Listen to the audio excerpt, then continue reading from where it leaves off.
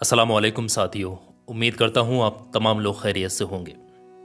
ये जो आतंकवादी हमला हुआ है जम्मू कश्मीर के पहलगांव में, हम इसकी कड़ी निंदा करते हैं, पुरजोर निंदा करते हैं। जिन लोगों ने भी इसकी साजिश की, जहाँ से इसके तार जुड़े, जिस जिस तरीके से जो भी इसके अंदर इन्वॉल्व हैं, उनको ऐसी सज़ा मिलनी चाहिए कि उनकी नस्लें, उनकी पीढ़ियाँ याद रखें।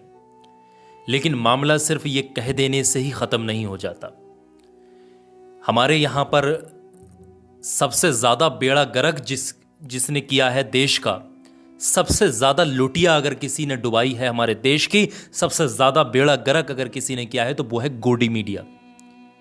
जी हाँ दोस्तों, गोदी मीडिया ने वो बेड़ा गर्क करा है हमारे देश का, जिसका अंदाज़ा भी, तसव्वुर भी करना बड़ा मुश्किल हो जा रहा है। समझ रहे हैं? जम्मू कश्मीर में गोदी मीडिया के कुछ पत्रकार जाते हैं और कहते हैं कि तुम्हें शर्म आनी चाहिए और ये आनी चाहिए, वो आनी चाहिए। और जब जम्मू कश्मीर के लोग इंसानियत की बात करते हैं, कहते हैं कि इंसानियत की बात करो, है ना, अमन की बात करो, शांति की बात करो, ये हिंदू मुस्लिम मत करो, तब कैमरा बंद कर देते हैं और कहते हैं यहां से चलो। और जैसे ही वो लोग शांत हो जाते हैं, दोबारा से अपना प्रोपेगेंडा चलाना शुरू कर देते हैं। बुरे तरीके से रो करके भागी गोदी मीडिया जम्मू कश्मीर से। अभी एक दिन पहले जाकर के देख लो, नेट पर उनकी वीडियो वायरल है। ऐसे रो रो करके भागे। ये हमला बहुत ख़तरनाक हमला हुआ। जितने भी लोग यहाँ से घूमने के लिए हमारे देश से गए हुए थे, अलग अलग ज़िलों के, अलग अलग जगहों के, अलग अलग सूबों के, तो तकरीबन 27-28 लोग एक वैली में इकट्ठे थे, अपने ज़िंदगी के सबसे सुनहरे पलों का आनंद ले रहे थे। तो तकरीबन 4 लोग आर्मी की ड्रेस में आते हैं। आर्मी की ड्रेस पहन लेते हैं तो उसमें शक भी नहीं होता है कि ये आर्मी के लोग हैं या आतंकवादी हैं। आते हैं, पास आते हैं, उनके पास गन भी होती है और आर्मी की ड्रेस होती है, तो उनसे डर भी नहीं लगता है पर्यटकों को। नाम पूछते हैं, तुम्हारा नाम क्या है? सारे एक जगह पे इकट्ठे हो जाते हैं, वो पूछते हैं तुम्हारा नाम क्या है, तुम्हारा नाम क्या है, किस धर्म के हो, और जो भी ये पूछ पाछ करके सारे लोगों को एक एक करके सबको गोली मार करके वहीं सबको ढेर कर देते हैं, जिसमें से कुछ एक दो बच भी जाते हैं। तकरीबन 27-28 लोगों को तो वो मौके पर ही मार देते हैं। ये बहुत ख़तरनाक आतंकवादी हमला था, हम इसकी कड़ी निंदा करते हैं। लेकिन यहाँ पर यह है कि कहा जा रहा है कि ये हमला जो है हिंदू देख करके किया गया, हिंदू धर्म पूछ करके किया गया। अबे ये गोदी मीडिया के प्रोपेगेंडा से बाहर आ जाओ, इंसान बनो, ये इंसानियत की बात करो। अगर ये ऐसा ही मामला होता तो सैयद आदिल हुसैन, घोड़ा चलाने वाले, जो घोड़ा चला करके ऊपर जाते थे पहाड़ों पर, पर्यटकों को ले लेकर के जा रहे थे, उनको भी, सैयद आदिल हुसैन को भी जो है सामने खड़ा करके आतंकवादियों ने गोली मार दी। और इतना ही नहीं, अगर ये हमला सिर्फ हिंदुओं के ऊपर होता तो उसमें सामने एक ईसाई को खड़ा करके गोली मार दी। ये हिंदू मुस्लिम की बात नहीं है, ये इंसानियत की बात है। पूरी इंसानियत के ऊपर हमला है। ऐसा नहीं है कि कोई मुस्लिमों ने ये सारा टेरर अटैक किया, और हमारा जो धर्म है, इस्लाम धर्म है, इस चीज़ की कतई, ऐसे लोगों की तो कतई बर्दाश्त ही नहीं है जो ये इस तरीके के आतंकवाद फैलाते हैं या गर्दिश फैलाते हैं या किसी की बेवजह जान लेते हैं। कहा जाता है कि हमारे धर्म में तो ये भी है कि अगर किसी इंसान ने बेवजह किसी एक इंसान का कत्ल किया, नाहक कत्ल किया, एक इंसान की जान ली, गोया कि उसने पूरी इंसानियत का कत्ल कर दिया, पूरी इंसानियत का कत्ल कर दिया। और ना ही दुनिया में वो इंसान बच पाता है और ना ही अल्लाह की यहाँ उसकी बख्शिश हो पाती है। तो ऐसे इंसानों के लिए कड़ी सज़ा है, कड़े कानून है इस्लाम के अंदर। तो वो इस्लामी हो ही नहीं सकता। सबसे पहली बात तो जो इस तरीके की हरकतें करते हैं या अटैक करते हैं या जो टेररिस्ट होते हैं, वो इस मज़हब इस्लाम से ताल्लुक़ रखता ही नहीं होगा, क्योंकि इस्लाम में इस चीज़ का अलाउ नहीं है किसी का नाहक कत्ल करना या किसी की जान लेना। दरअसल दोस्तों, दक्षिण कश्मीर का सबसे लोकप्रिय ये इलाका, इसको छोटा स्विट्ज़रलैंड भी कहा जाता है। तकरीबन 2000 लोग वहाँ पर उस वैली के में या उसके आसपास घूमने के लिए गए हुए थे उस दिन। अब वहाँ पर जब 2000 लोग गए हुए थे, अटैक होता है, 27-28 लोगों पर गोलियां बरसाई जाती हैं। इसमें बच्चे भी होते हैं, जवान भी होते हैं, कपल भी होते हैं, बहुत अलग अलग जगहों से अलग अलग लोग आए हुए। तो वो भागने में कैसे कामयाब हो गए जिन्होंने अटैक किया? उन चारों में से कोई एक भी क्यों नहीं पकड़ पाया? उनके ऊपर कोई जवाबी कार्रवाई क्यों नहीं हुई या उनकी शनाख्त क्यों नहीं हो पाई? 48 घंटे से भी ज्यादा का वक्त गुजर गया, वो कैसे करके फरार हो गए। लाखों की तादाद में हमारी जो है फौज वहां पर लगी हुई जम्मू कश्मीर के अंदर, हजारों की तादाद में अलग अलग किस्म की एजेंसियां हैं, इंटेलिजेंस है, सब कुछ है, लेकिन उसके बावजूद भी ये हमला हो जाता है। और हमला हो ही नहीं जाता कि वो बच करके निकल जाते हैं। ये इंटेलिजेंस का फेलियर नहीं और क्या है। कहां थी हमारी फौज? अरे 2-2 हजार लोग कश्मीर में एक जगह पर इकट्ठे हो रहे हैं और हमको मालूम है कि यहां पर अटैक हो सकता है या ये संदिग्ध एरिया है, तो हमारी फौज कहां थी? कोई एक फौजी भी वहां पर मौजूद नहीं था। कहां थी फौज? ये इंटेलिजेंस का, ये गवर्नमेंट का फेलियर नहीं और क्या चीज है।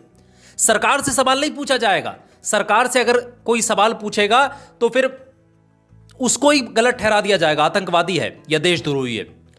पहले सरकारों से सवाल पूछे जाते थे। अगर हमला होता था, कहीं टेररिस्ट हमला होता था, किसी भी तरीके को अटैक हुआ करता था, तो सरकारों से सवाल पूछती थी मीडिया, और सरकारों को 24 घंटे से पहले ही प्रेस कॉन्फ्रेंस करना पड़ती थी, बैठना पड़ता था, जवाब देना पड़ता था। लेकिन आज 48 घंटे गुजर गए और कोई सवाल भी उठा रहा है तो कि सरकार इंटेलिजेंस फेलियर, कोई भी फेलियर, तो उसको आतंकवादी घोषित किया जा रहा है, देशद्रोही बताया जा रहा है कि जिहादी है, आतंकवादी है, और ये इस तरीके से बताया जाता है। और गोदी मीडिया डिफेंड करती हुई नजर आ रही है, सरकार को पूछने नहीं दे रही सवाल। अरे सरकार पर सवाल बनते हैं, ये सवाल उठता है ये इतना बड़ा हमला हो कैसे गया, जब वो जगह सेफ नहीं थी वहां जाने के लिए। वहां पर इस तरीके का आपको मालूम है संदिग्ध एरिया है, दिन रात में कभी भी अटैक हो सकता है, कुछ भी हो सकता है। आपने एडवाइजरी क्यों नहीं जारी की? आपने क्या घोड़े गधे समझ रखा है कि किसी को भी वहां कहीं भी इंसानों को घोड़ा गधा समझ रखा, किधरी को भी हाँक दो? कोई एडवाइजरी नहीं, कोई सुरक्षा नहीं, कोई कुछ नहीं। और जब हमला हो जाता है तो फिर उसके बाद हिंदू मुस्लिम करते हो। अरे शर्म आनी चाहिए। ये हिंदू मुस्लिम का मसला नहीं है, इंसानियत का मसला है। पूरा देश एकजुट है, पूरा देश एकजुट है। इसमें जिन लोगों जो भी इसमें शामिल हैं उनके ऊपर कड़ा एक्शन होना चाहिए। और इतना ही नहीं, तकरीबन 20 मिनट तक ये ताबड़तोड़ गोलियां जो है बरसती हैं, आवाजें गूंजती हैं पूरी वैली के अंदर। कोई जवाबी कार्रवाई नहीं, कोई वहां फौजी नहीं, कोई पुलिस नहीं, कोई फोर्स नहीं, कोई बचाव नहीं, कोई कुछ नहीं। बेचारे चीख रहे हैं, बिलख रहे हैं, रो रहे हैं, हेल्प मांग रहे हैं, मदद मांग रहे हैं। जो वहां के स्थानीय लोग हैं, जितनी मदद हो पा रही है, कोई घोड़ा चलाने वाला है, ऊपर से उतार उतार करके लोगों को ला रहा है, कोई कह रहा है सब्र रखो सब्र रखो, कोई अपने इधर को बुला ले रहा है, कोई कुछ कर रहा है, मदद जितनी हो पा रही। लेकिन हमारा ये इंटेलिजेंस फेलियर नहीं और क्या चीज है कि 4 लोग फौज की ड्रेस में आते हैं, फौज के वेपन्स लेकर के आते हैं, और एक वैली में जहां पर हमारा हिंदुस्तान के आम सारे लोग जा सके वो बीच में आते हैं और अटैक करते हैं, सबको मार करके निकल जाते हैं। हम उनको पकड़ने तक में, देखने तक में, उनकी तस्वीर तक लेने के लिए असमर्थ हैं। कोई जवाबी कार्रवाई नहीं 20 मिनट तक। कहां गई हमारी इंटेलिजेंस? कहां गया हमारा पुलिस फोर्स? कहां गई हमारी लाखों लाखों की फौजें जो कश्मीर के अंदर लगी हुई है? यह सवाल तो बनता है सरकार से, लेकिन सवाल पूछेगा कौन? कि गोदी मीडिया डिफेंड करती हुई नजर आ रही है। कश्मीर के अंदर से इसी वजह से बुरी भगाई गई। ये हिंदू मुस्लिम वहां पर करने की कोशिश कर रहे थे, इनको बुरा लताड़ा गया।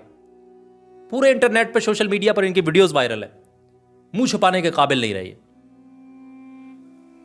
यह आतंकवादी हमला हमें यह बताता है कि अभी भी पाकिस्तान से इनको जो मदद है वो मिल रही है। पाकिस्तान से जो फंडिंग हो रही है इन आतंकवादियों के लिए, यह अभी बंद नहीं हुई है।